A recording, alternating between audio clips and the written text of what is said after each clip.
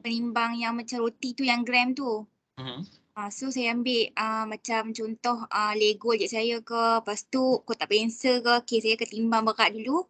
Okay, ambil berat yang berlainan. Lepas tu dekat pintu tu saya akan ambil penyepit. Lepas tu saya akan sepit tali getah tu. Okay, lepas tu untuk nak bagi macam pengukuran saya tu betul, macam setiap bacaan saya akan ambil ruler, saya tip dekat pintu tu. So senang nak baca nanti. Okay, so lepas saya letak tali getah kat kepit tu, lepas tu baru saya ambil satu tali, baru saya ikat dekat benda berat tu, benda beban-beban. Situlah saya buat. Ya, okey lah tu. Dia apa yang paling mencabar bila Mina kena buat ni dekat rumah untuk eksperimen ni, yang regangan tali getah ni? Beban dia kot, macam nak cari kadang-kadang dia macam beban dia kadang-kadang dia tak saya nak cakap dia tak turun, tak kenyal. So macam kena ambil berat sikit, macam kita nak tengok perbezaan dia kan. Betul. Pasal nak bergantung berat tu lagi kan, dia jadi satu tu juga macam tu. Kalau katakanlah kalau eksperimen ni nak dibuat di rumah, apa yang Mina rasa boleh kita perbaiki dari segi mungkin nak menjadikannya lagi, bukan lagi mudah dibuat, tapi macam lagi ringkas pun tak juga, tapi macam lagi lancar lah kalau kita nak buat eksperimen ni di rumah. Tak tahu rasa. Ni kan kita kan kena buat pengulangan banyak kali sampai lebih 15 bacaan kan. Mungkin macam kurangkan sikit, rasa lagi macam boleh fokus lah. Yelah sebab nak mencari, yelah kalau di makmal tu nak mencari 15 berat yang berbeza tu mungkin lebih mudah lah sebab kita ada pemberat, lepas tu kita boleh tambah dan tolak saja macam tu kan. Tapi bila kat rumah ni nak cari sampai 15 objek yang berbeza berat tu mungkin mencabarlah. Betul? Apa yang saya pernah lihat, ada orang yang kawan saya pernah buat lah eksperimen ni, bila diorang nak tukar berat tu diorang gantungkan dengan botol air, lepas tu diorang ubah isi padu air dalam botol tu, dan kalau kita tahu ketumpatan air tu makanya isi padu air dalam botol tu boleh dikaitkan dengan berat botol tu lah, berat beban lah. Itu satu cara lagi lah kalau tu. Tapi yang itu nak mencari botol yang boleh disangkut, itu jadi satu dia cabarannya kat situ lah. Tapi kalau apa yang saya pernah lihat adalah diorang ubah isi padu air itu, dan itu yang jadi yang dijadikan macam perbezaan untuk berat beban tu lah kiranya. Tapi eksperimen ni ialah asalnya kalau nak eksperimen asalnya kita gunakan spring kan, lepas tu memandangkan spring tu susah nak cari, jadi kita gantikan dengan tali getah lah sebagai pengganti untuk spring tu. Betul tak? Betul sir. Okey, kita mulakan dengan soalan pertama ni. Ada apa-apa soalan tentang yang kat soalan pertama ni? Kalau Imanina ada skema jawapan tu, Imanina boleh buka dan boleh just bandingkan je lah markah yang saya berikan kat sini dengan markah yang dinyatakan dalam skema jawapan tu. Jadi mungkin Imanina boleh nak tanya kenapa tak dapat markah kat sini, kenapa tak dapat markah kat sini. So macam saya rasa itu lagi berguna lah. Jadi dalam 3 kata lepas ni, dan Imanina tahu mana yang silap dan mana yang boleh diperbaiki, mana yang boleh tukar tambah. Betul lah kiranya. Okay sir. Okay. Ada apa-apa untuk soalan pertama ni? Yang untuk soalan 5 tu, ada yang dicakap kira pemanjangan tali getah apabila F sama dengan 0.05 gram. Soalan yang macam tu saya tak berapa faham sangat. Yang ini untuk soalan nombor 5 ni sebenarnya dia saya buat soalan nombor 5 ni sebagai warm up je untuk soalan nombor 6 ni. Sebab kalau yang mana tengok, untuk soalan nombor 6 ni, dia just bagi berat, lepas tu bagi daya, lepas tu bagi pemanjangan. Maksudnya kita boleh pilih apa-apa berat dan apa berat kita nak dan kita ukur pemanjangan tu lah. Tapi yang untuk soalan nombor 5 ni, saya sengaja buat langkah demi langkah. Mula-mula guna berat 50 gram dulu, kemudian guna berat 100 gram dulu, kemudian 150 gram, kemudian 200 gram. Saya beri 4 nilai berat yang berbeza. Kemudian korang ukur pemanjangan untuk 4 nilai tu dulu. Kemudian plot graf berdasarkan 4 data tu dan tengok macam mana corak pemanjangan tu lah. Melawan beban tu. Dan bila kita dah confident dengan cara kita buat pengukuran, cara kita nak ukur dari pemanjangan dari mana ke mana, kita nak ubah berat tu macam mana, barulah kita bergerak ke soalan nombor 6 tu yang mana kita boleh tetapkan sendiri berat apa yang kita nak dan macam tu lah kiranya. So soalan nombor 5 ni dia kira macam warm up lah kira ni. Dia macam kalau dalam eksperimen biasa kita panggil yang ini these are the trial measurement, pengukuran percubaan lah kiranya. So sebab tu saya buat macam ni actually. Dia tu. So maksudnya yang delta L tu panjang last panjang akhir tolak panjang awal lah. Panjang akhir tolak dengan so kalau ikut yang ni, mula-mula kita ukur dulu panjang maksimum tali getah apabila dia ada beban. So yang ni jadi L0 kita lah, ni panjang asal kita. Kemudian kita gantungkan beban 50 gram ni. Kemudian kita ukur panjang dia. So katakan kita dapat L, big L lah katakan. So kira pemanjangan ni pula apabila F sama dengan 0.05. So yang ni dalam unit jisim, yang ni dalam unit Newton. Sebab kita kena tukar jisim tu menjadi daya. Jadi kalau nak kira pemanjangan ni, L yang besar ni tolaklah dengan L0 tu. Sepatutnya L0 je actually. Right? So itulah pemanjangan tali getah apabila beban seberat 50 gram digantung. Macam itulah kayaknya. Lepas tu kita untuk yang bahagian seterusnya, kita gantungkan 100 gram pula. Lepas tu katakan lepas tu kita ukur panjang tali getah tu, katakan dapat L1. Right? Lepas tu nak kira pemanjangannya pula, L1 ni tolak dengan L0 yang asal ni lah, bila tak ada apa-apa beban.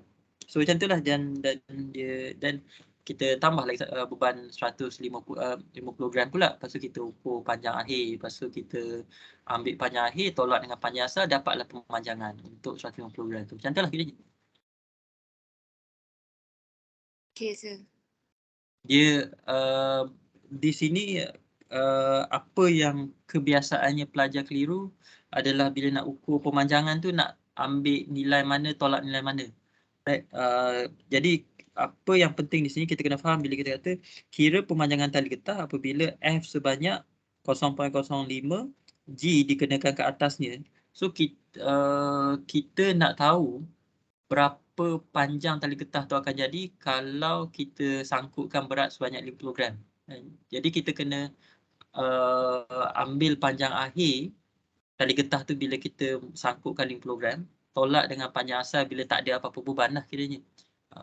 Kemudian kalau kita gantikan beban tu dengan 100 gram dan kita ukur panjang akhir je, dan bila ada beban 100 gram tu, kemudian kita kena tolak bukan dengan panjang bila dia ada 50 gram beban tu, tapi kita kena tolak dengan bila tak ada beban langsung, dengan panjang awal dia sekali. So macam tu lah, sebab kita nak pemanjangan je. Okay, macam tu lah. Tapi saya rasa bahagian ni okey je kan untuk seingat saya data yang mana okey je untuk bahagian ni. Oh ya, sir. Ya, tu. Cuma yang soalan 5 ni memang kiranya macam sebab boleh je saya tak berikan soalan nombor 5 ni kan, dan maknanya daripada 4 soalan nombor 4 ni terus buat soalan nombor 6. Cumanya kalau kita buat macam tu kita tak biasakan diri kita dengan pengukuran tu. Maksudnya sebelum kita buat apa-apa pengukuran, kita kena biasakan diri kita dulu dengan dengan kita nak sangkut kat mana, kita nak ukur dari mana ke mana kan. Kita nak tengok macam mana benda tu memanjang, berapa banyak benda tu pendek. Bila kita dah confident dengan eksperimen kita, baru kita buat pengukuran yang betul-betul lah. Sebelum tu pengukuran yang kiranya macam olok-olok je lah, macam just untuk practice je sebenarnya. Bila kita dah yakin, bila kita dah pasti dengan setup kita tu kan, then baru kita buat pengukuran yang sebenarnya lah. So itu memang biasanya kalau kita buat eksperimen, kita akan macam mana, kita takkan terus terjah kutip data. Kita akan kita akan kutip data cubaan trial measurement dulu. Kita akan kutip data percubaan dulu. Kemudian kita tengoklah, kita troubleshoot. Mungkin setup kita tu tak stabil, mungkin kita tak pasti aku nak ukur dari mana ke mana kan. Jadi kita fine tune dulu radas kita tu. Bila kita dah confident dengan radas kita, dengan kaedah kita, barulah kita buat pengukurannya sebenarnya. So macam itulah, yang tu biasanya disiplin kita buat eksperimen memang macam itulah. Kita akan buat pengukuran percubaan dulu, baru kita, bila kita yakin, baru kita buat pengukuran sebenarnya. Dia sama macam masak lah. Kalau kita tak pernah masak kuah kacang contohnya misalnya, kita akan cuba buat batch pertama tu, memang kita rasa batch pertama yang kita masak tu memang takkan perfect pun kan, sebab kita tak yakin lagi lah, kita baru mula. Tapi dan biasanya kita akan hidang batch yang pertama tu kepada tetamu kita kan. Kita akan buat lagi, masak lagi sekali, lepas tu batch yang kedua, ketiga tu barulah kita hidang pada tamu tu. So macam tu lah dia punya idea je sama lah macam kita buat eksperimen pun. Itu macam tu lah. Boleh kita gerak ke halaman yang seterusnya? Boleh, sir. Okay. Okay, yang ini ada apa-apa yang ingin ditanya? Yang ini dia minta tunjukkan, saya tak ingat pula soalan dia. Kalau ada soalan dia mungkin yang ini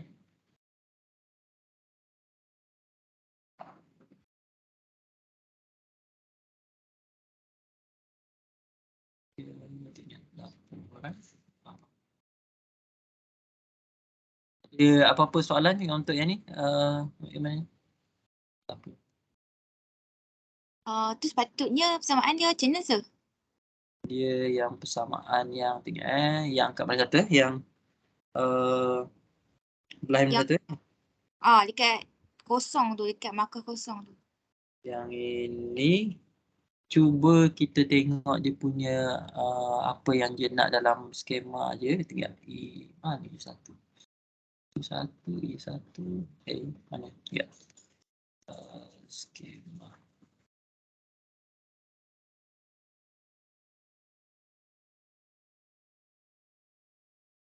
Dia nak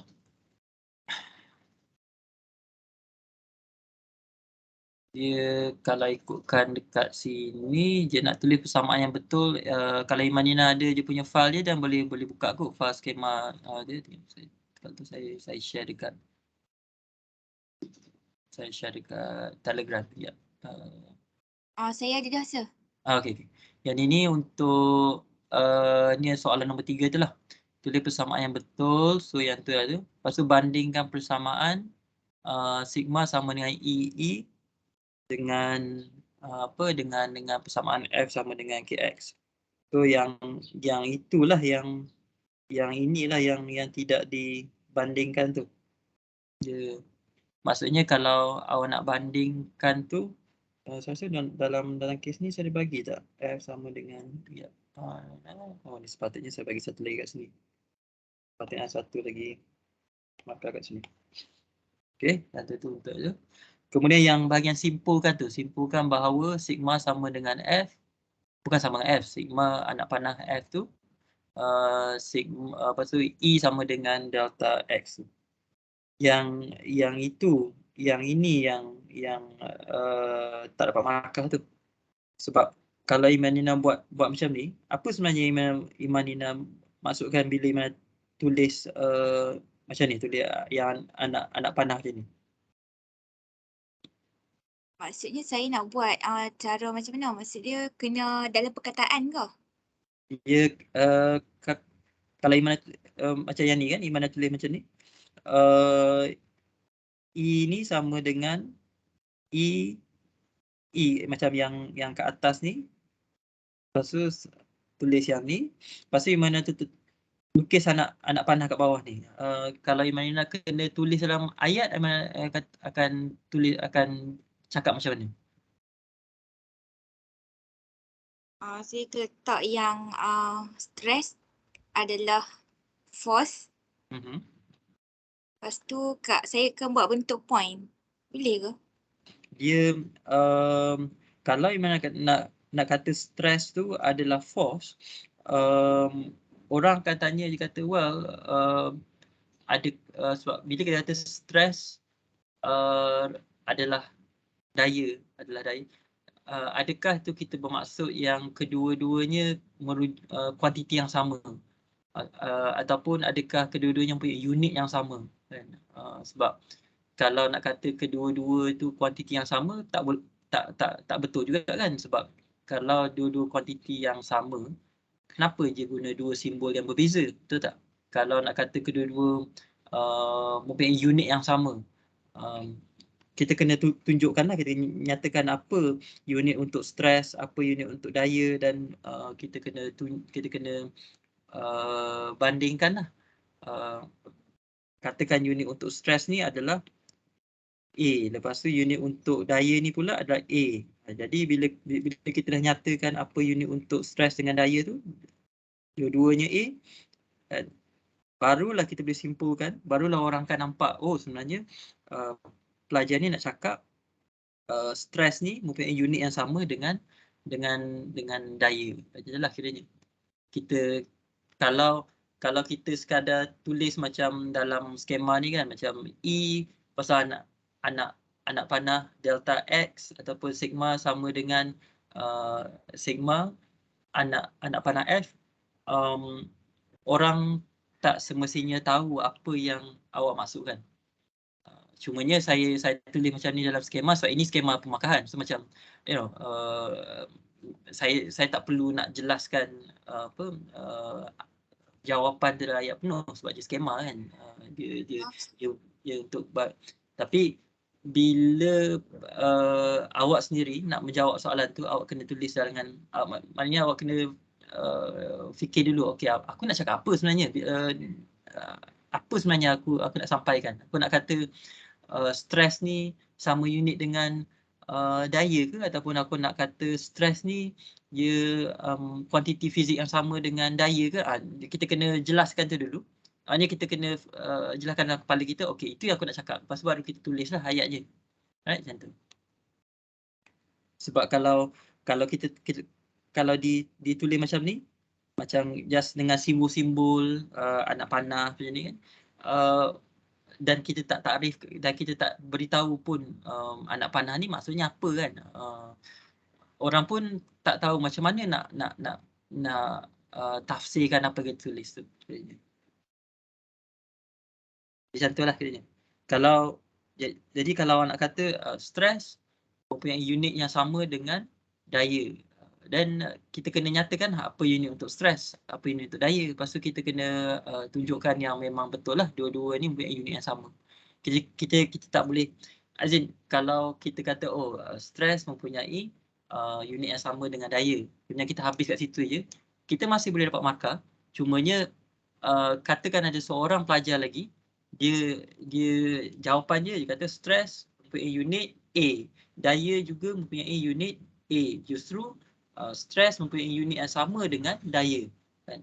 Jadi pelajar yang tulis macam tu akan dapat lebih banyak markah bandingkan pelajar yang just kata stres mempunyai unit yang sama dengan daya, lepas habis macam tu je kan? Sebab pelajar yang kedua tu dia bukan sekadar beritahu, tapi dia buktikan, dia tunjukkan apa yang dia nak bagi tahu tu. So jadi dari kalau orang nak menilai pelajar mana yang lebih faham apa yang tulis, dan orang akan simpulkan yang pelajar yang kedua tu yang lagi faham, sebab dia bukan saja boleh kata jawab, bukan saja dia boleh cakap jawapan je, tapi dia boleh buktikan kenapa jawapan dia macam tu. Dia boleh bagi sebab pada jawapan dia. Right? Dan itulah kiranya.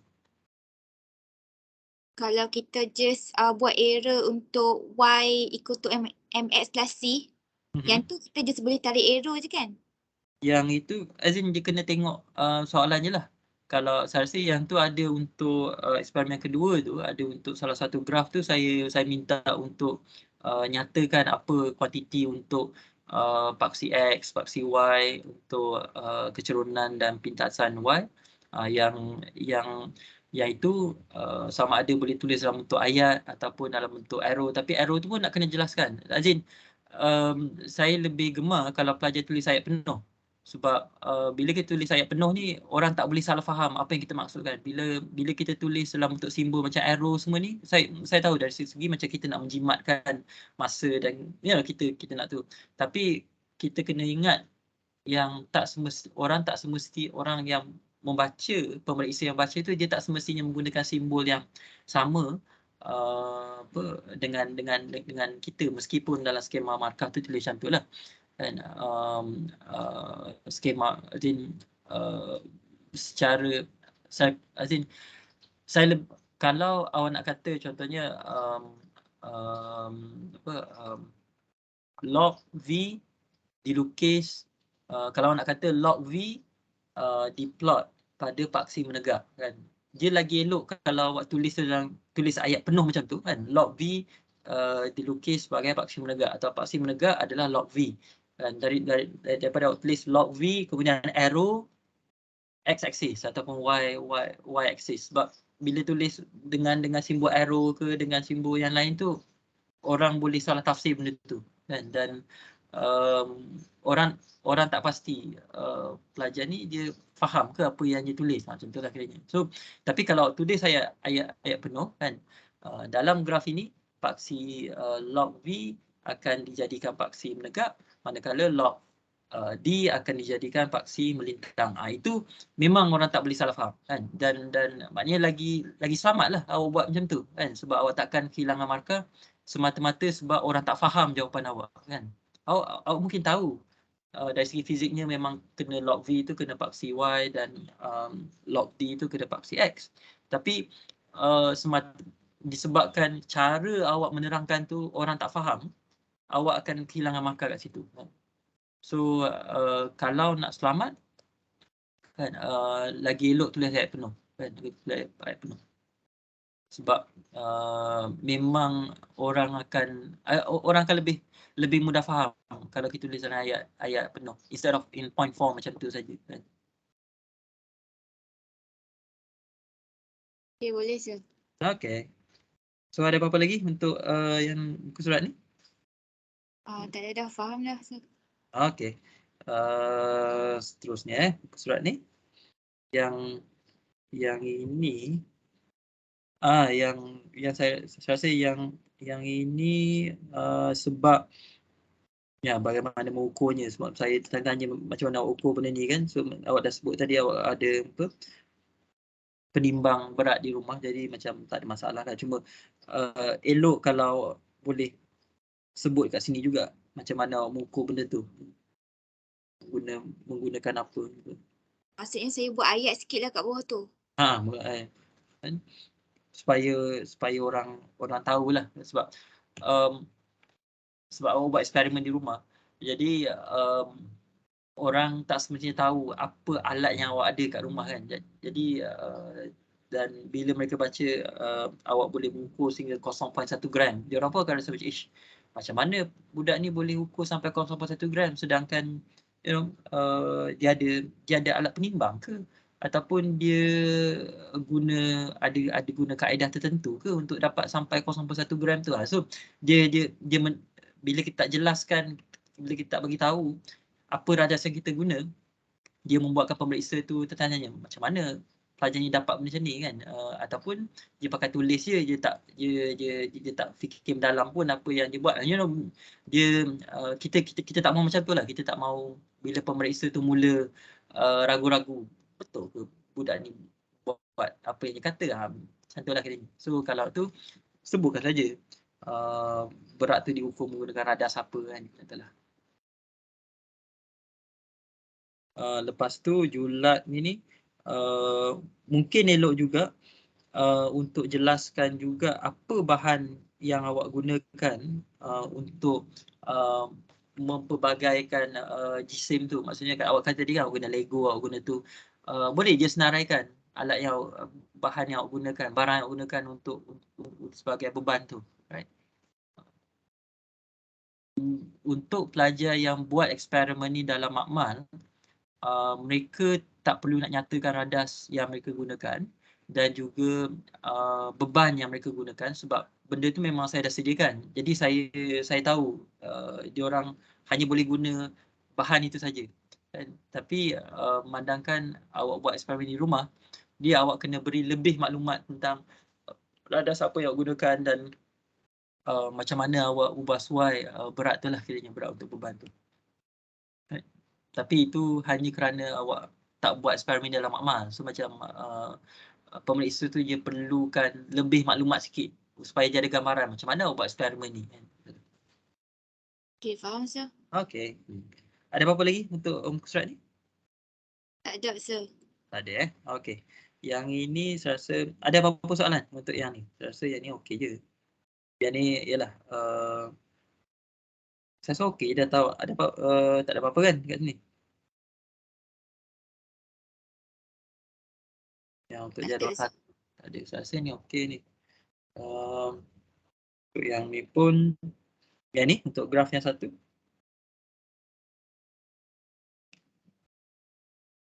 Satu, dua, tiga. Graf tu kan sir, kalau kosong-kosong tu memang kena tulis Dia kalau kata dia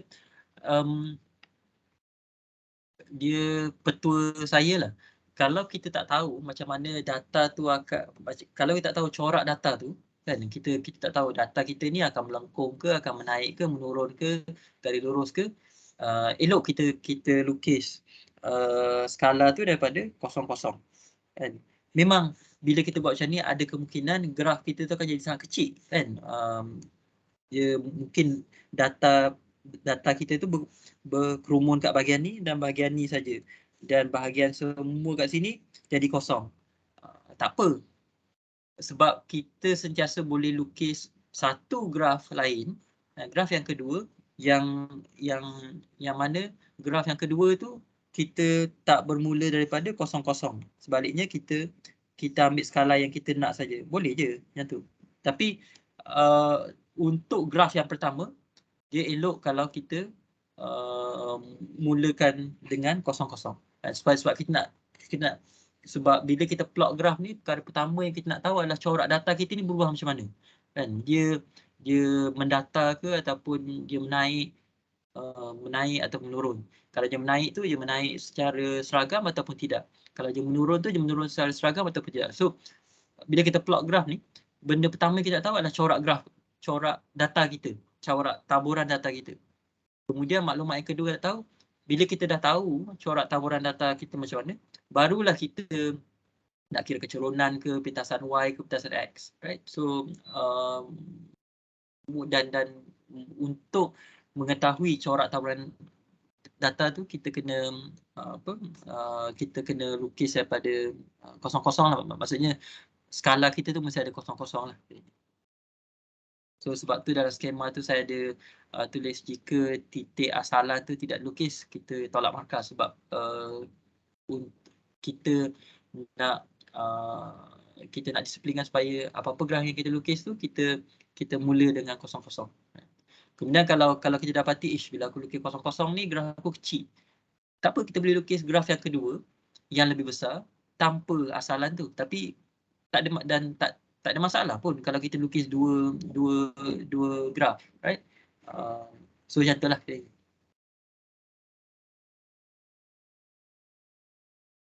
Okay, sir, faham. Okay. Sir nak tanya kan, kalau kita lukis graf kan, macam ada titik yang tak kena. Okay. So, maksud dia macam at least memang titik pertama dan titik terakhir tu memang kena garis ke macam mana? Faham tak soalan saya? Okay. Dia tak semestinya. Dia macam dalam kes ni kan, dalam kes graf yang lukis ni, kalau saya okey je graf ni. Sebab kadang-kadang dia macam itu soalan yang bagus actually. Dia ada banyak mazhab jugalah. Setengah orang dia akan kata, oh, kalau nak lukis garis lurus terbaik ni, dia kena pastikan titik yang terakhir dan titik yang pertama ni mesti lalu. So ada juga orang fikir macam tu. So mazhab pertama dia kata titik akhir dan mula mesti lalu. Ada juga orang yang kata, well, dia tak semestinya titik akhir dan titik awal ni kena lalu, tapi dia cuma kisah bilangan titik yang boleh dilalui tu. So bilangan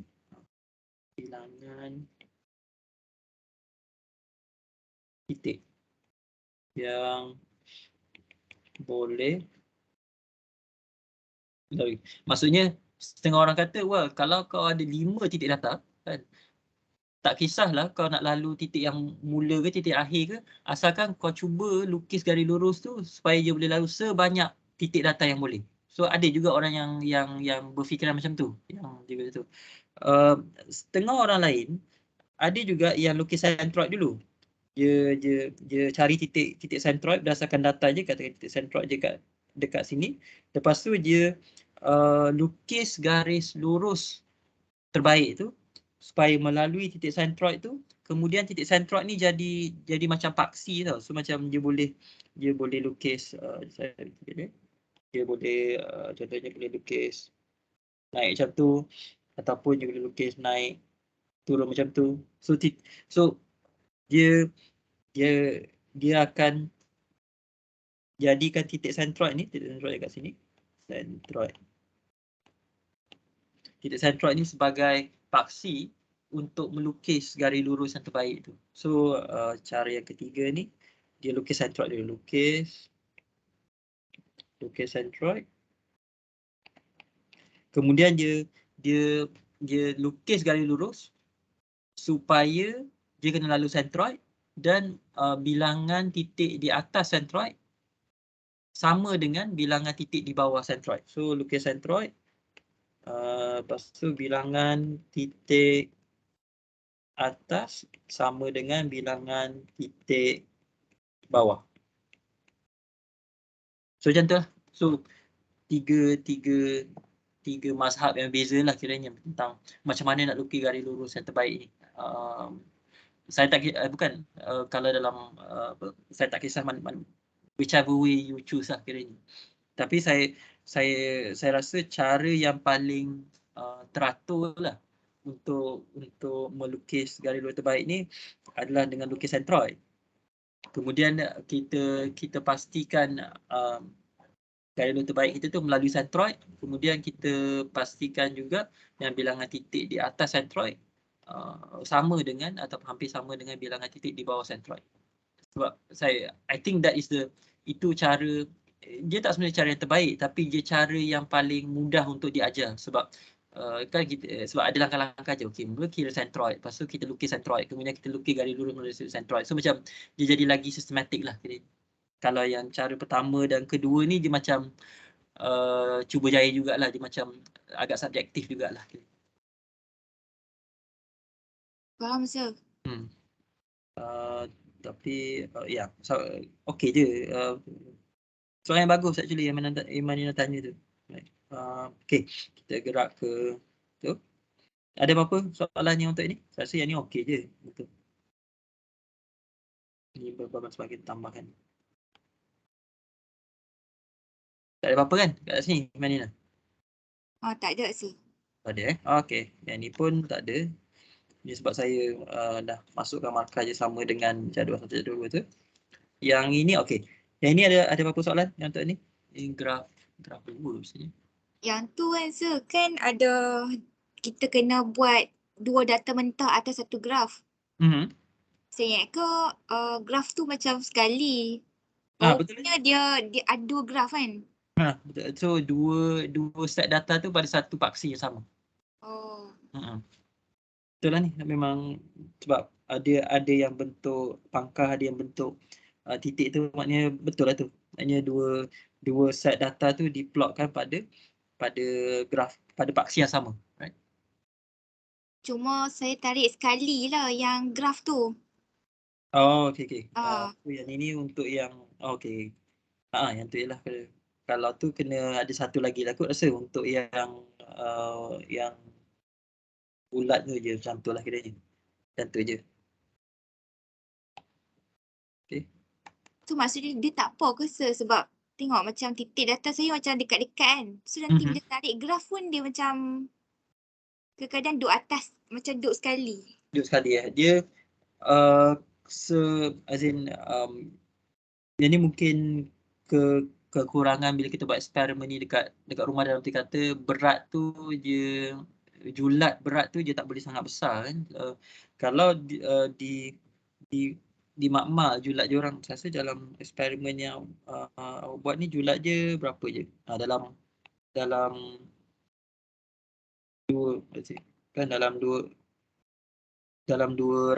gram saja. Kalau di makmal diorang punya julat tu lagi besar daripada 200 gram tu, macam so bila julat beban tu lagi besar, jadi pemanjangan tu akan lagi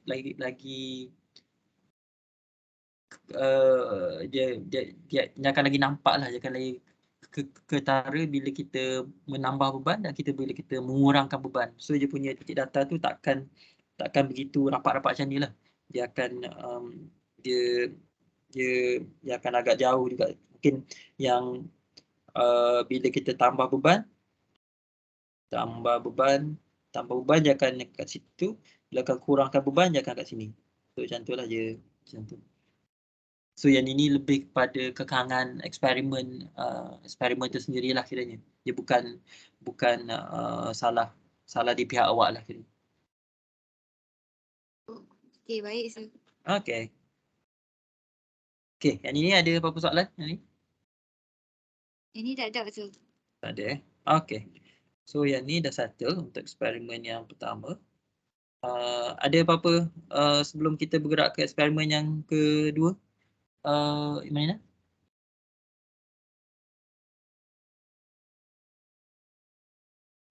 Siap sir.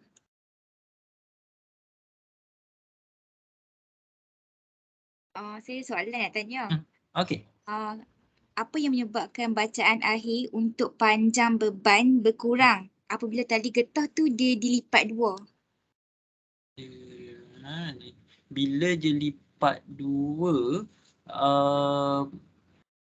pemanjangan dia tak sebesar kalau kita tak lipat kan, macam tu. Jadi dia seolah-olah tali getah tu jadi lagi keras lah sebenarnya. Macam dia tak kenyal sangat. Dia maksudnya bila kita lipat tu, dia tali getah tu dia lagi keras. Maksudnya kita perlu gantung benda yang lebih berat semata-mata untuk dapatkan pemanjangan yang sama. So dia punya case dia sama macam kalau kita ada spring kan, kalau kita satu spring, lepas tu kita gantung yang tu, ni pemanjangan dia letak kat situ kan. Kalau bila kita lipat tali getah tu jadi dua, apa yang berlaku dia seolah-olah kita ada dua spring yang selari macam tu. So dia punya pemanjangan je tu, L yang ni, L2 ni lagi pendek daripada L1 ni. So bila kita lipat tali getah tu, dia seolah-olah kita ada dua spring yang selari lah kiranya. Jadi bila macam tu, dan dia pemanjangan tu lagi kecil lah macam tu, bila dikenakan beban yang sama. Okey sir. So memang bila ialah sebab kalau kita guna satu je tali getah dan kita gantungkan beban kat tali getah tu, dan beban tali getah tu dia akan memanjangkan seutas tali getah tu.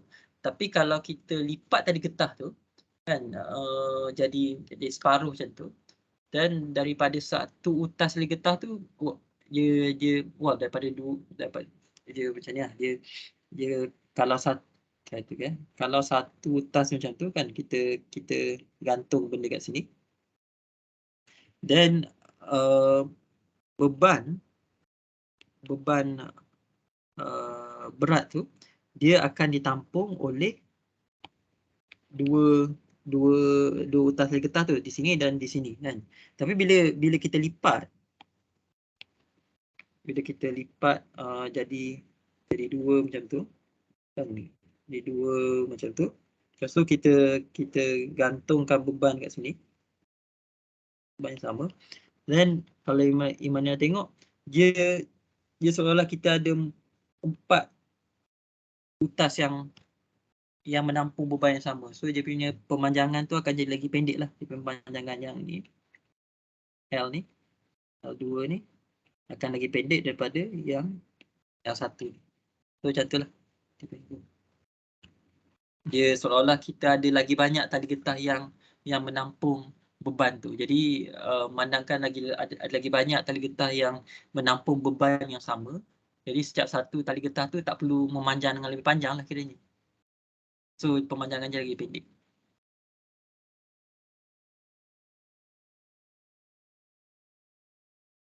Okay, sir, faham. Okay.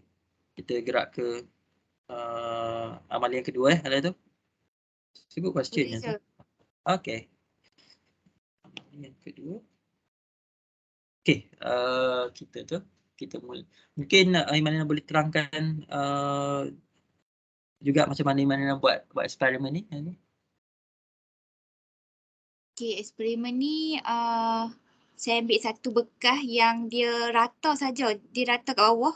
Bekas yang rata terpawai, bentuk segi 4 tepat. Okay, lepas tu macam mana saya ukur dia punya isi padu ayak tu. Betul ke? Betul, isi padu.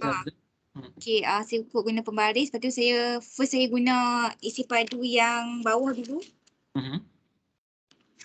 Lepas tu saya macam dalam video YouTube tu dia angkat kan. Betul. Dia angkat untuk tengok gelombang tu. Okay, dia angkat. Okay, lepas tu dia lepas. Lepas tu baru saya tekan stopwatch dekat phone saya. Okay, so kat sini saya ambil dua ayunan. Macam satu ayunan, 2 ayunan baru saya stop. Saya punya stopwatch tu.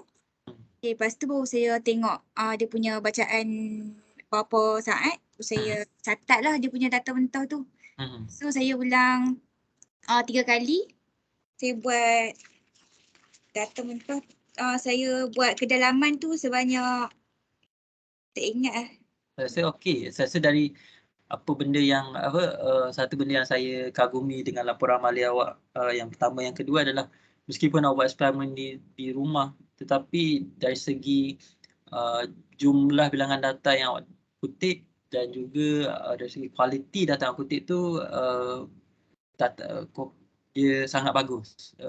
Dia setanding dan mungkin lagi baik pun daripada apa yang kawan awak dapat bila buat di dalam makmal. So itu benda yang saya sangat kagumlah dengan apa yang awak lakukan.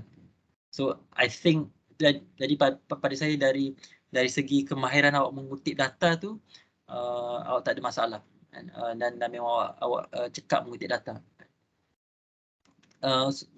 Terima kasih, sir.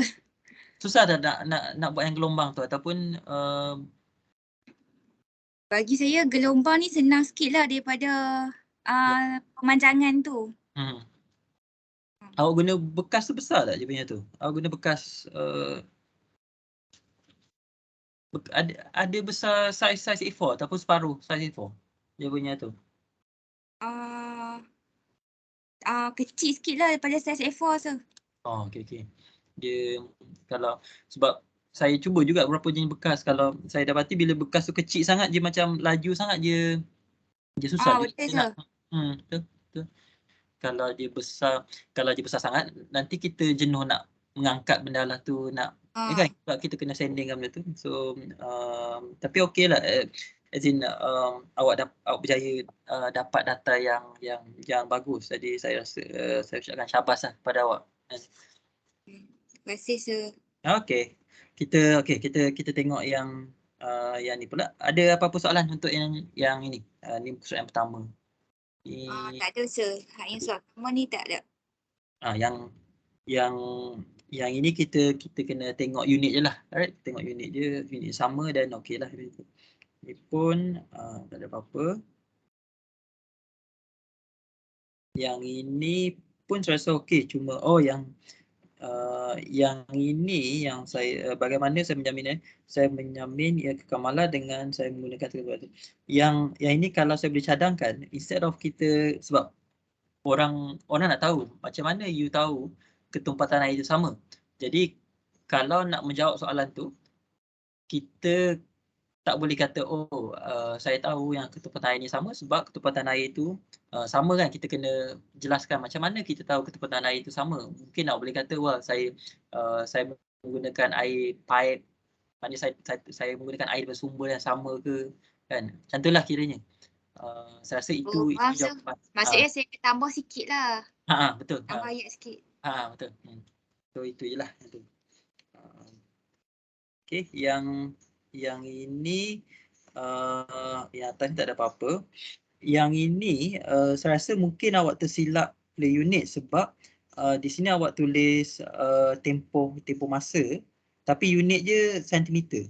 Ingat tak? Itu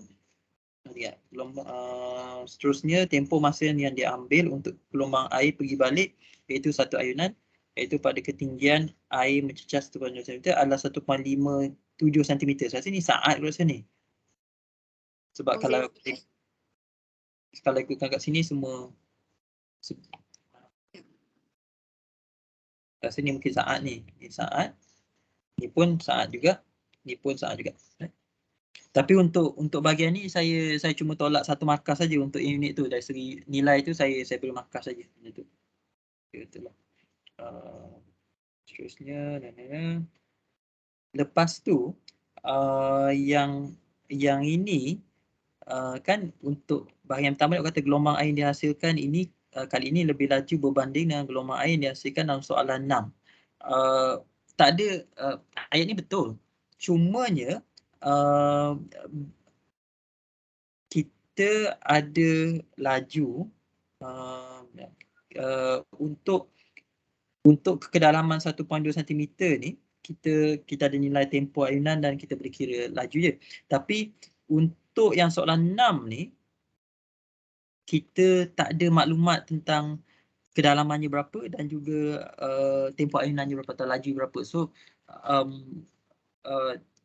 dia macam kita tak ada, kita nak bandingkan kelajuan air dalam dan air cetek. Tapi kita cuma kita cuma tunjukkan data untuk air dalam saja. Lepas tu kita kata yang untuk air dalam ni lagi laju daripada air cetek kan. Dia tak ada masalah macam tu. Nak beri jawapannya tu. Cuma jawapannya kurang lengkap lah sebab orang kata mana data awak untuk yang air cetek tu kan. Macam dia berbalik kepada apa yang saya kata sebelum ni, macam kalau kita sekadar ceritakan saja tanpa menerangkan buktinya ataupun tanpa membuka bukti, dan kita masih dapat markah. Cumanya kita tak dapat markah sebanyak pelajar yang dia cerita dan juga dia kemukakan bukti kan. So itu je lah dia tu. Faham sir. Maksudnya kita kena lebih detail lah buat benda ni. Yes. Betul je sebab saya pasti awak dah buat benda tu kan. Maknanya data tu mungkin ada di mana-mana. Mungkin awak catatkan di kertas mana-mana ke, ataupun mungkin awak dah tahu tapi disebabkan kita tak tulis dan kita tak tulis dalam laporan kita, jadi orang yang baca tu dia menganggap pelajar ni tak buat kot, sedangkan kita buat kan. Jadi sayanglah macam tu sebab kita dah ada benda tu. Jadi apa-apa yang dah ada tu kita just masukkan supaya orang tahu pelajar ni dia dah buat benda ni. Nantilah kita ni. Okay, kita tu. Yang ni tak ada apa-apa. Ni pun tak ada apa-apa. Memang banyak awak punya ni. Dia bilangan ayunan ni dia tak semestinya sama tau. Saya cuba bagi tahu awak tu. Dia boleh je awak nak beza-beza kat sini. Maksudnya kan sebab bila kita ubah kedalaman air ni kalau kita tengok semakin dalam air tu dia semakin laju.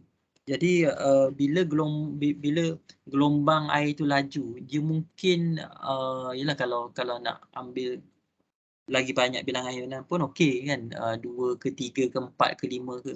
Tapi kalau lajunya perlahan macam yang kat atas ni, kalau nak tunggu sampai 2 atau 3 ayunan tu mungkin agak lama lah. Jadi boleh je untuk yang kedalaman yang cetek ni awak ambil satu ayunan pun tak apa. Sebab tu saya tulis bilangan ayunan kat sini. So awak boleh beza-bezakan bilangan ayunan tu kan. Sebab akhirnya kita nak tempoh untuk satu ayunan saja. Jadi kalau katakan kita kira dua ayunan, maka kita bahagikanlah masa tu dengan 2 kan. Tapi kalau kita cuma kira satu ayunan saja, dan kita bahagi dengan 1, itu je lah. So sebab tu saya letakkan bilangan ayunan dekat sini lah, supaya awak boleh pelbagaikan bilangan ayunan yang awak nak kira tu, bergantung kepada keselesaan awak. Bila awak lagi selesa nak kira 2 ayunan ke, 3 ayunan ke, 10 ayunan ke, terpulang pada awak. Okay, faham sir. Sebab kadang-kadang dia boleh jadi menyusahkan juga, sebab kalau kita set okey, aku kena sentiasa ukur 2 bilangan ayunan kan, tak kira lah gelombang tu laju ke perlahan ke, aku kena dapatkan 2 bilangan ayunan. Kadang-kadang benda bila kita dah set macam tu, dia akan menyusahkan kita nak mengutip data kan. Bila laju tu terlalu perlahan, kita setkan mesti 2 ayunan, kita akan ambil masa yang lama kan, sebab nak tunggu air tu bergerak ulang-alik macam tu kan. Tapi bila kedalaman tu, bila air tu dalam dan laju gelombang tu je tinggi, kalau ambil dua bilangan ayunan saja, nanti takut cepat sangat pula kan. Kita tak sempat pun nak tekan jam randik tu. Jadi mungkin dalam kes tu lagi elok kalau kita tambah bilangan ayunan tu. So kita pilih bilangan ayunan yang kita selesa lah kiranya kan, yang sesuai dengan refleks kita lah. So kalau kita buat apa-apa eksperimen nanti yang memerlukan kita untuk mengukur tempoh masa, timing eksperimen macam ni kan, then just ingatlah yang bilangan ayunan tu actually kita yang boleh decide kita nak ambil 1 ke 2 ke 3, bergantung pada keselesaan kita lah.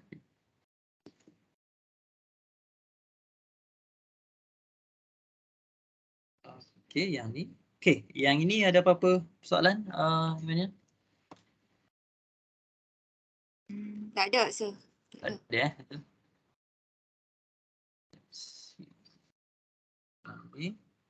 Yang ni pula, saya rasa yang ini awak tersilap kat situ kot rasa ni. Yang ni.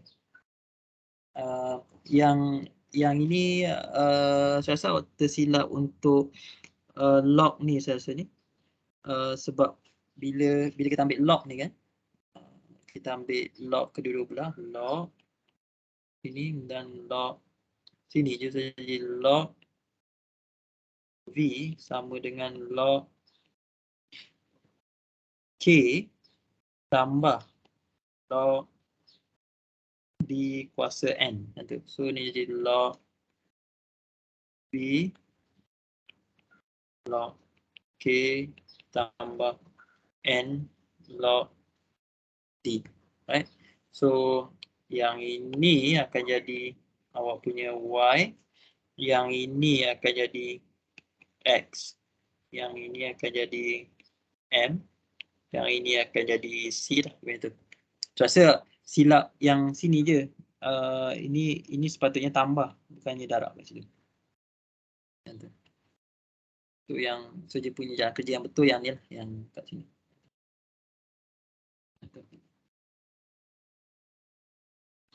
Sebab yang ni pun persamaan je, Y sama dengan MX plus C. So macam tu.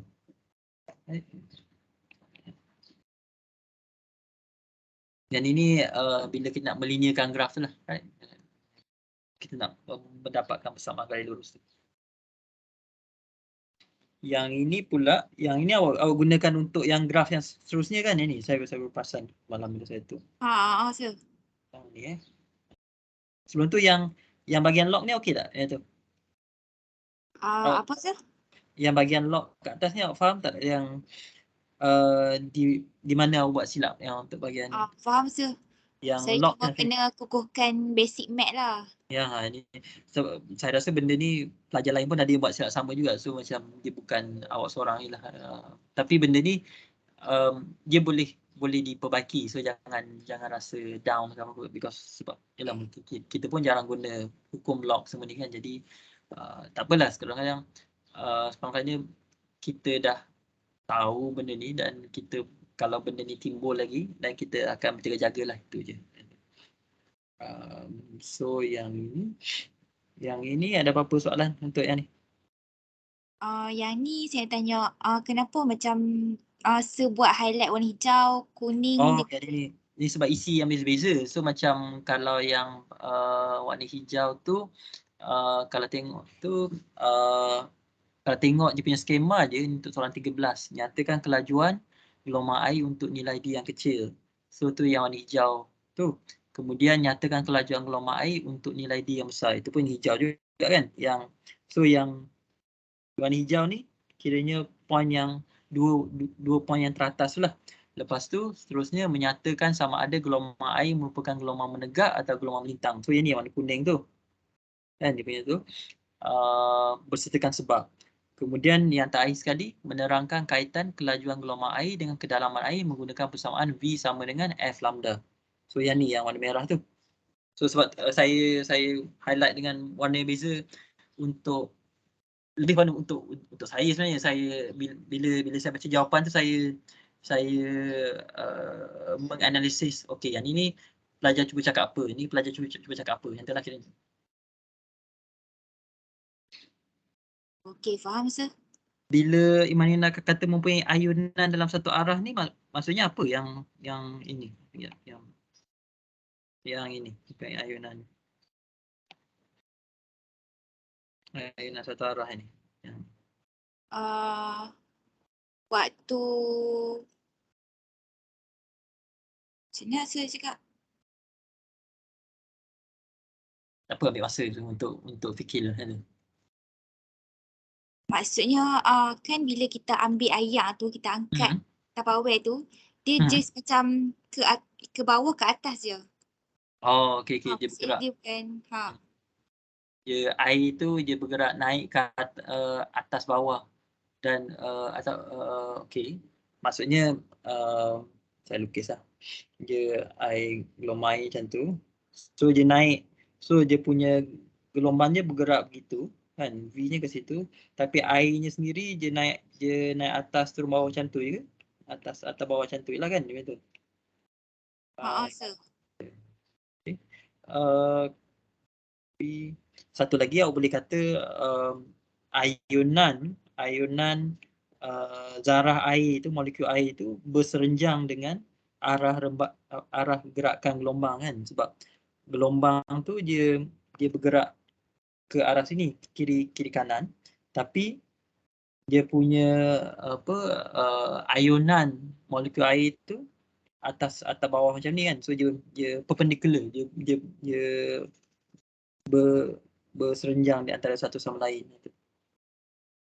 So kalau yang macam ni memang in this case it is this should be transverse. I think ini patutnya menegak rasanya.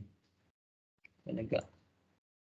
Kan sebab bila kita nak bezakan bila kita nak bezakan gelombang membujur ataupun gelombang menegak ni, kita tengok arah mana zarah air tu dia bergerak kan, dia arah mana benda yang berayun tu bergerak kan. Dia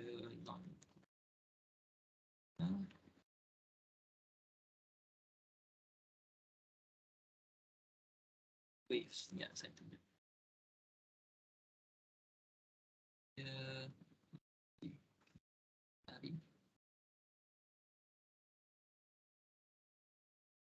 Kenapa kurang jelas suara sir? Ingat saya share screen saya tunjuk. Boleh sir, boleh. Share window. Dia macam ni lah kan. So bila kita nak bezakan transverse wave dengan longitudinal wave ni, kita kena tengok satu, gelombang tu bergerak ke arah mana. So dalam case kedua-dua gelombang ni, transverse ke ataupun longitudinal, gelombang tu bergerak kiri ke kanan kan. Dia daripada sini kiri, tangan ni ke kanan. Longitudinal pun sama juga, dia bergerak pada kiri ke kanan. Cumanya apa yang bezakan adalah macam mana spring ni dia berayun. Kalau macam transverse wave ni, ayunan dia atas bawah kan, atas bawah. Manakala untuk longitudinal wave ni, dia ayunan je kiri ke kanan. Untuk longitudinal wave ni, dia punya ayunan je, arah ayunan je sama dengan arah gerakan gelombang tu. Manakala untuk yang transverse wave ni, ayunan je berserenjang dengan arah gerakan gelombang tu. Saya rasa dekat sini kot rasa. Ya, yang ini open image new tab. Saya besarkan yang ni. Kan, so macam inilah. So energy transport, ini adalah arah gerakan gelombang lah. Dia gerak ke kanan kan. Kedua-duanya bergerak ke kanan. Cumanya untuk transverse wave ni, dia punya ayunan tu atas ke bawah, manakala untuk longitudinal wave ni ayunan je kiri ke kanan. So dalam kes ni awak nak kata gelombang air tu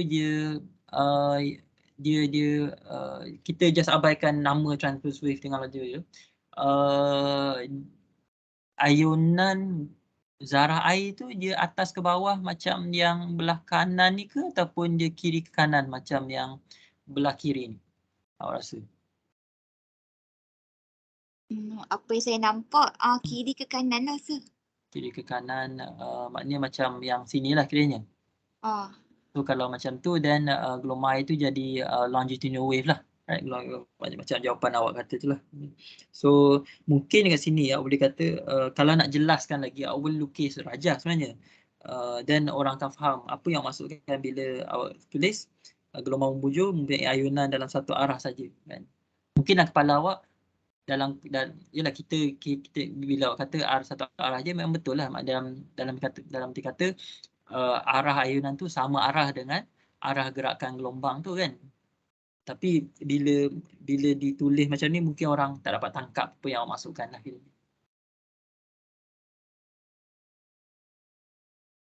So kalau nak tu, boleh je awak lukiskan rajah tu, dan it becomes clearer lah. Right? Gitu. Okay sir. Okay. Lepas tu dalam jawapan awak ni, saya share balik skrin saya.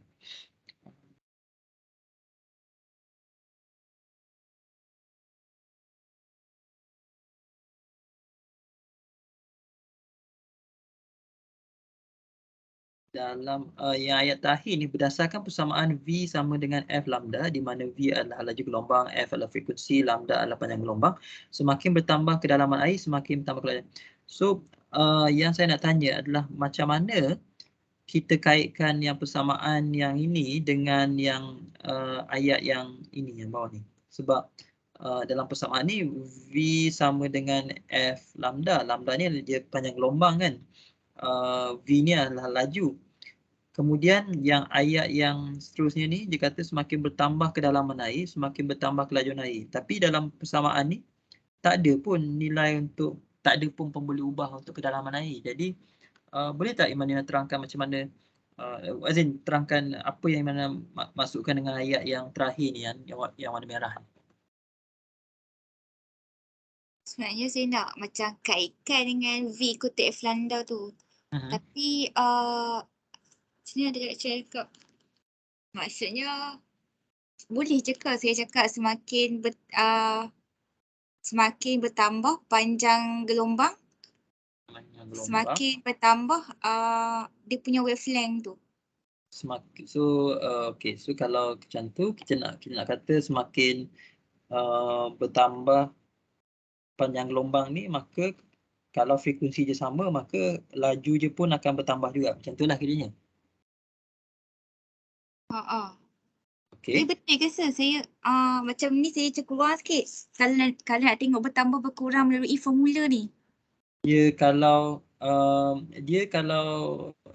okay, kalau kita diberi formula ni, lepas tu kita nak kata okay, bila orang lepas tu kita nak tengok macam mana laju gelombang ni berubah bila panjang gelombang ni berubah. Jadi kalau ikut formula ni, V berkadar terus dengan lambda.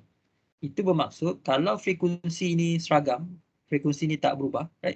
Frekuensi ni kekal sama. Bila panjang gelombang ni semakin meningkat, maka laju gelombang tu punya semakin laju lah. Betul lah tu, dia punya apa yang awak simpulkan tu. Right? Cumanya, macam mana kita nak kaitkan pula dengan kedalaman? Sebab sini kita bercakap tentang panjang gelombang kan. Panjang gelombang. Tapi yang kat sini bercakap tentang kedalaman air itu sendiri. Jadi macam mana kita nak kaitkan atau first boleh tak kita kaitkan kedalaman kedalaman air itu dengan panjang gelombang, dan dua, kalau boleh macam mana kita nak kaitkan tu?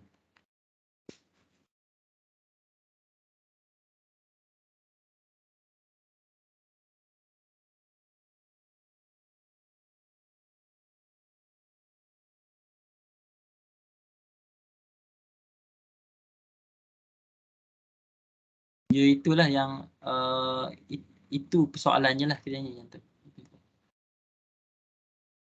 Saya kena buat ayat sikit lah. Tapi tak tahu nak create macam mana sir. Dia saya rasa isunya sekarang adalah macam mana kita boleh tak kita kaitkan kedalaman air ni dengan panjang gelombang.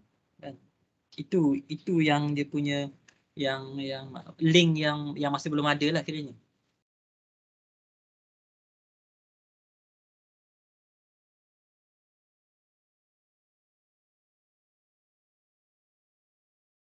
Right, dia punya tu. Dia kiranya macam jawapan tu tak lengkap lagi sebab awak kaitkan panjang gelombang, jarak lambda dengan laju gelombang. Tetapi dalam eksperimen ni kita buat tentang kedalaman air. Dan jadi apa kaitan kedalaman air itu dengan panjang gelombang? Jarak gelombang itulah kiranya. So maksudnya kalau nak lengkapkan kita tanya apa kaitan lambda dengan kedalaman air. Maknanya kita kena jawab soalan ni dulu. Right? Itu. Jelas ke Mariana? Jelas sir, jelas. Jangan berfikir. Ya, tentulah. Kalau dilihat macam dalam arahan amali tu, saya diberikan rajah tentang rajah gelombang tu saja. Tengok saya di 2 PM ya. Saya share this. Share this window. Saya diberi rajah yang ini kan. So kalau dilihat kedalaman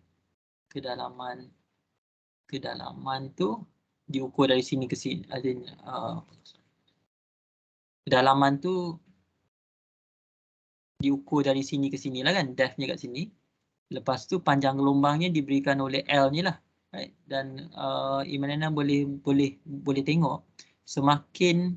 Sorry sir, share screen Oh, dia tak nampak. Oh, sorry. Tak nampak. Biar saya share screen satu ni. Saya stop sharingan dalam ni. Share this window. Sorry. Okay, sorry. Yang rajah ni kan dia ada, saya sertakan rajah ni dalam arahan amali tu. Kalau tengok kedalamannya yang ni kan, kedalaman air tu kat sini. Lepas tu panjang gelombang tu diberikan oleh L ni kan, macam tu. Jadi mana boleh tengok kalau semakin gelombang ni mendekati pantai ni, kedalamannya semakin berkurang, betul tak? Bila kedalamannya semakin berkurang, apa yang berlaku pada jarak di antara puncak-puncak ni? Adakah jarak itu kekal sama ke ataupun semakin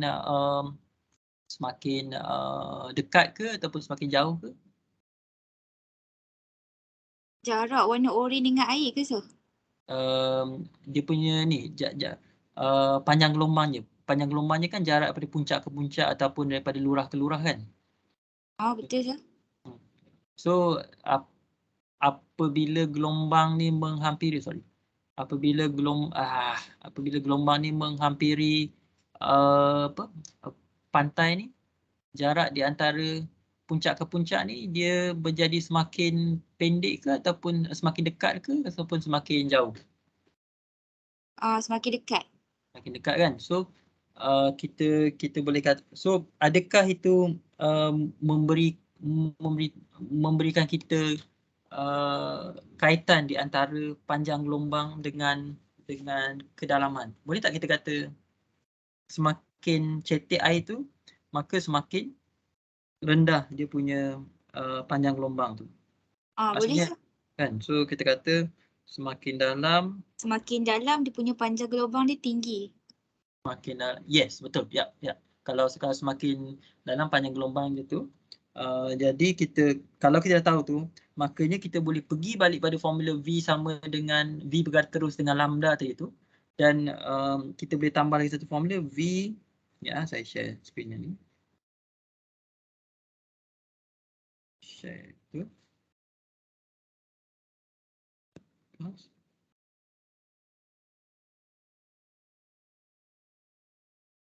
So kita boleh tambah. So kita ada apa tadi? Lambda berkadar terus dengan D. Right? So kita ada formula yang ni. So kita boleh gabungkan formula yang ni dengan formula yang tadi tu, V berkadar terus dengan lambda. So kita boleh terbitkan satu formula yang baru, V berkadar terus dengan D. So semakin dalam air tu, maka semakin lajulah gelombang tu. Barulah dia lengkaplah dia punya jawapan je. Kan? Kalau maknanya kita gunakan ni daripada formula V sama dengan F lambda.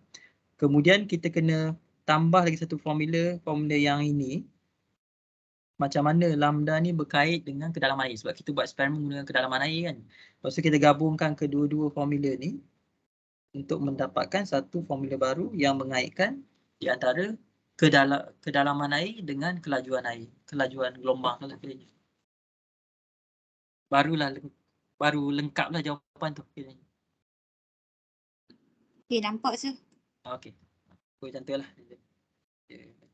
Saya rasa yang itu saja ke yang ini yang ini saya cuma nak bagi tahu sebab ini log sebenarnya saya rasa ni. Ini log V, ini log D. Saya tu log. Dan bila kita lukis graf log ni dia tak ada unit. Dia memang tak ada unit. So dia itulah. Tapi yang untuk bahagian ni saya rasa saya bagi markah untuk titik data. Saya cuma tolak markah untuk unit tu sajalah. Right? Sebab bila awak pindahkan titik data tu betul. Cuma awak salah label paksi tu saja. Jadi saya beri markah untuk titik data tu memang dapat markah penuh. Cuma untuk yang unit tu lah saya tolak satu markah ke dua markah tu daripada saya. Ni pun sama jugalah. Dia tak ada unit. Sebab tak ada unit. Macam tu. So just ingatlah bila kita ambil log sesuatu kan. So contoh kat sini V ni dalam sentimeter per saat. Bila kita ambil log dia memang tak ada unit langsung. No unit. Samalah bila D unit je sentimeter. Bila kita ambil log dia memang dia unit je tak ada. Dia memang tak ada unit. Right. So macam tu lah.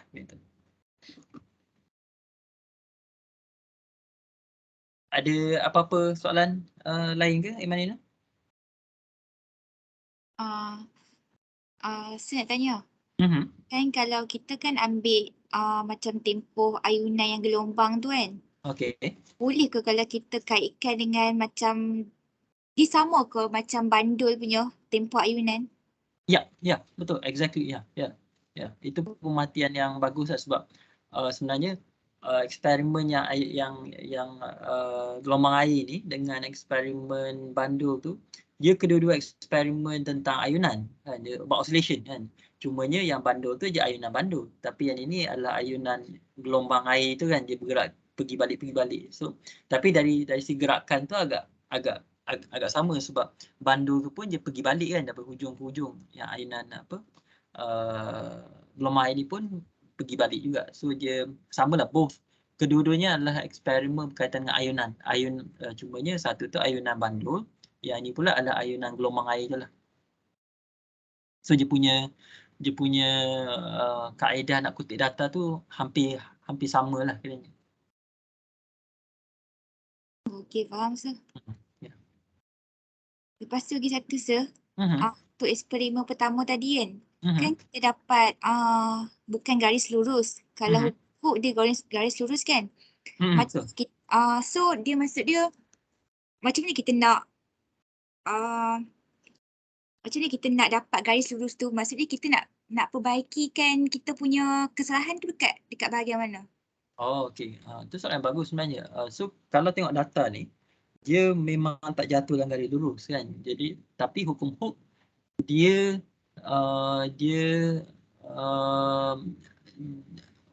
kalau suatu bahan tu dia mematuhi hukum Hooke, maka dia mesti dapat garis lurus kan. Tapi bila kita buat eksperimen ni menggunakan tali getah ni, kita dapat garis lurus kan. Jadi di situ ada dua kemungkinan lah. Satu, sama ada data kita salah, ataupun memang bahan yang kita gunakan tali getah ni memang tak patuh pun hukum Hooke kan. So kalau katakanlah awak ulang sekali eksperimen ni dan awak masih mendapat garis lengkung juga,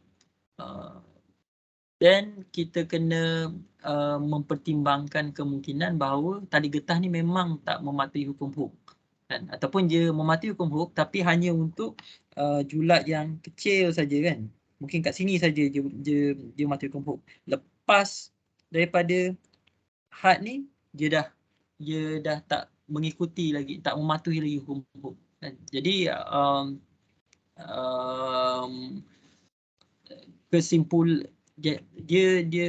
saya rasa kat sini kita kena sedar yang bukan semua bahan kenyal mematuhi hukum Hooke kan.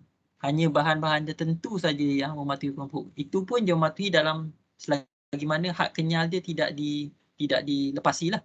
Kalau kita regangkan benda tu sampai melepasi had kenyal dia, memang dia tak akan kembali ke bentuk asal dia lah. Memang dia akan terus dia tak akan mati hukum Hooke lah kira ni. Right? Sebab tu dalam kalau tengok graf ni pun, hukum Hooke tu hanya dipatuhi untuk bahagian yang ni saja. Tapi kalau benda tu dah diregangkan melepasi had ni, then dia bukan elastik dah, jadi plastik. Plastik dalam dia kata bila kita regangkan dia tak akan kembali ke bentuk asal dia. Dia bukan lagi kenyal lah kiranya. Kan? Dia sama macam bag plastik. Kalau perasan bag plastik, kalau kita isi dengan barang yang banyak kan, lepas tu dia akan meregang kan. Bila kita keluarkan barang daripada bag plastik tu pun dia tak akan kembali ke bentuk asal dia akan kekal regang macam tu kan. Itu bermaksud yang dia dah melepasi had kenyal je lah. So itu kita panggil plastik. Maksudnya kita boleh uli, kita boleh bentuk, kita boleh ubah bentuk benda tu dengan mengenakan daya melebihi daya yang dia mampu terima lah kiranya. So itu kira plastik lah. Okay, faham sir. Dia macam ya betul. So untuk menjawab, so dalam eksperimen ni tali getah tu dia hanya mematuhi hukum Hooke sekiranya had kenyal dia tidak dilepasi kan. As long as the elastic limit tu tidak kita tak melebihi had kenyal tu lah. Kalau kita melepasi had kenyal tu memang tali getah tu dia dah tak mematuhi hukum huk lah. Dia tak semestinya semua benda kenyal di dunia ni mematuhi hukum huk kan. Kiranya macam hukum huk ni macam special case lah. Hanya benda-benda tertentu saja yang mematuhi hukum huk. Tapi tak semestinya semua benda yang kenyal, yang elastik mematuhi hukum huk.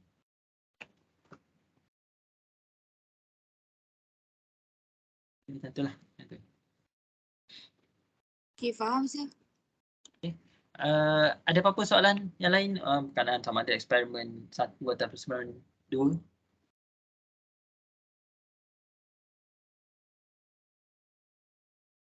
Yang untuk graf terakhir saya buat tu, eksperimen kedua tu, saya kira centroid. Tapi saya lupa nak tu kan, sepatutnya macam saya cakap tadi, kita kena berpaksikan centroid kan untuk kita nak buat best fit line tu. Betul. Tu maksud dia, boleh ke kalau kita buat centroid tapi maksudnya kita nak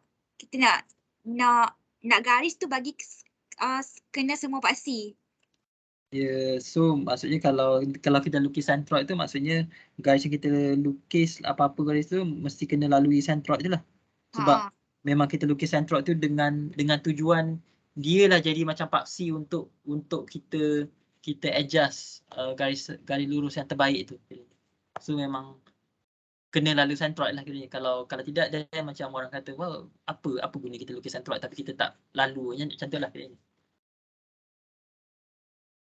Tapi bila kita lalu centroid, memang garis lurus kita tu akan terlepas beberapa titik lain. Tapi yalah, memang macam tu pun sebab data kita ni berselerak kan. So macam yalah, nak buat macam mana, memang data kita macam tu. Jadi kita kena we draw the best line that we can draw with the data points that we have. Itu sebab tu dia panggil garis lurus terbaik. Maknanya that is the best line that we can draw kan. Dia tak semestinya the best fit line tu dia kena lalu semua titik. Tapi dia lalu majority titik pun dah okey. Ataupun dia garis lurus yang kita lukis tu dia mewakili taburan titik pun okey juga. Macam itulah kiranya. Dia tak semestinya best fit line tu you must kita mesti paksakan garis tu lalu semua titik. Dia tak semestinya. Sebab akhirnya bergantung kepada mutu data kita kan. Kalau kita mengutip data dengan baik, maka data kita tak akan berselerak. Titik data kita tu akan jatuh pada satu garis kan. Dia tak akan berselerak. Tapi kalau kita kutip data kita, kalau kutipan data kita tidak bagus, dan memang data kita tu akan berselerak lah. Ada yang atas garis, ada yang bawah garis, ada yang jatuh pada garis. So yang tu memang lumrah lah. Right? Okay, faham sir. Okay. Saya rasa itu saja kot yang saya nak tu. Ada apa-apa lagi sebelum kita berakhir? Saya tanya, dah briefing dekat pelajar yang fizikal tentang uji amali? Belum lagi, saya tak tahu lagi. Belum lagi, okey. Tak tahu lagi. Saya pun ada dalam, saya tengah menimbang-nimbang nak beri eksperimen yang satu untuk uji amali tu. Jadi saya akan umumkan dekat dalam grup Telegram tu lah. Saya akan sebab saya tengah fikir sama ada nak beri sebab ada 3 pilihan eksperimen tu. Tapi salah satu eksperimen tu macam pelajar boleh kutip data dulu. Jadi tapi saya tak mau ganggu masa cuti awak. So macam itulah macam saya tengah timbang-timbang kalau macam sebaiknya saya nak buat ujian amali tu di dalam makmal. Saya tak mau ganggu waktu cuti awal sebab pada saya what's the point? Apa gunanya pelajar datang pulang ke kampus buat bersemuka tapi kita masih kita masih suruh je buat eksperimen di rumah kita, ganggu waktu cuti macam tu kan. So macam itulah saya akan cuba putuskan eksperimen mana satu yang saya nak buat, yang saya nak berikan, kemudian saya maklumkanlah di dalam grup Telegram tu. Okey sir. Kiranya untuk waktu cuti aktiviti ni macam saya sebut dalam grup Telegram tu, untuk amali tahun 1 ni saya cuma akan kongsikan video tentang macam mana kita nak anggarkan ketakpastian dan ralat tu. Jadi saya cuma harapkan awak tonton itu saja. Maknanya saya takkan harapkan awak untuk buat lebih daripada itulah kiranya. Sebab I don't think it's nice to disturb students during the mid semester punya break lah kiranya. Tapi apa-apa saya akan maklumkan dalam grup Telegram tu lah, right? Okay, sir. Untuk kelas lain okey ke? Untuk kelas electromagnet macam tu? Electromagnet, doktor buat record. Oh, okey. Ah, So awak tonton yang rakaman lah atau macam mana? ya, sir. Okay. Dia memang semua dalam talian lah kiranya untuk tu. Betul, dalam talian. Okeylah. Berapa Cuma, kali? ya, sir. Dah, cuma apa? Cuma kuis, ada kuis untuk kuis 1 ni doktor nak buat secara fizikal lah. Kuis tu. Okey. Ah, Dia dah buat belum? belum, lepas mid-sem ni. Lepas mid-sem. Okey. Okey. Dia dah bagi tahu tarikh ke belum? Belum lagi lah kiranya. Hari tu bincang sepakat satu kelas cakap kan lepas mid-sem kan 1 minggu. Lepas minggu tu kot. Okey. Dia tak terkejut lah kayaknya. Mungkin dia nak habiskan bahagian elektrik dulu, lepas tu bagi kuis terus kot rasanya. Tak apa. Imani nanti boleh balik ke kampus ke kalau macam tu? InsyaAllah setakat lah bincang dengan family. Kalau boleh nak balik lah. Tengok kesihatan mak pun macam okey. Kalau sebab saya tak mau, as in yalah, kalau Iman tak dapat balik pun saya boleh ikhtiarkan jalan untuk awak buat eksperimen di rumah, tak ada masalah pun sebenarnya. Ya, itu je lah kiranya. Kalau rasa lagi berguna untuk awak berada di rumah dan jaga, yalah dia bila kita berada di rumah ni dia tak semestinya kita jaga orang yang sakit tu sepanjang masa, tapi sebenarnya kita boleh bantu orang lain juga kan, macam adik kita ke ayah kita ke. So kalau rasa awak boleh lebih menyumbang kepada keluarga awak bila berada di rumah, dan saya boleh untuk amal ini kita boleh teruskan secara macam ni lah, tak ada masalah pun sebenarnya. Okey, sir. Saya cuba terbaik. Cuma dekat macam kalau dekat rumah dia macam terhad sikit lah kan dia punya nak buat tu. Ya, awak kena buat seorang-seorang. Itu je. Awak kena buat seorang. Kalau dekat mak kan macam ada pairing. Betul. Senang sikit. Dia tak sunyi sangat lah, itu je. Okey. Tapi itulah, kalau katakan awak perlu berada di rumah, dan kita akan cari jalan lah supaya boleh melakukan eksperimen di rumah. Tak ada masalah pun. Alright, Iman. Okey, sir. Okey. Saya fikir dulu. Okey, tak apa. Sir, minggu lepas mid-sem ni kelas macam biasa? Minggu depan sepatutnya ujian amali tu kan, ujian amali lepas tu minggu lepas tu akan ada Masuk Muhammad akan ada yalah ujian amali untuk minggu depan dan minggu lepas ni. Itulah macam saya kena decide sama ada saya ingat macam nak buat ujian amali tu minggu depan. Tapi itulah dan minggu selepas tu kita boleh mula buat eksperimen yang berikutnya lah kiranya. Saya fikirkan dulu, nanti saya maklumkan dalam grup. Maksudnya minggu lepas mid-sem ni tak sure lagi lah ujian amali buat ke tak? Dia akan dibuat, cumanya ujian yang macam eksperimen apa yang nak dibuat tu yang saya belum decide lagi. Okey. Imanina cadang nak balik ke sini bila kalau tu? Balik ke kampus bila? Esok betul lah nak hantar barang. Okey. Kan macam saya kan kena walk in kan untuk terima bilik sebab saya case special sikit lah. Hari tu saya tak daftar.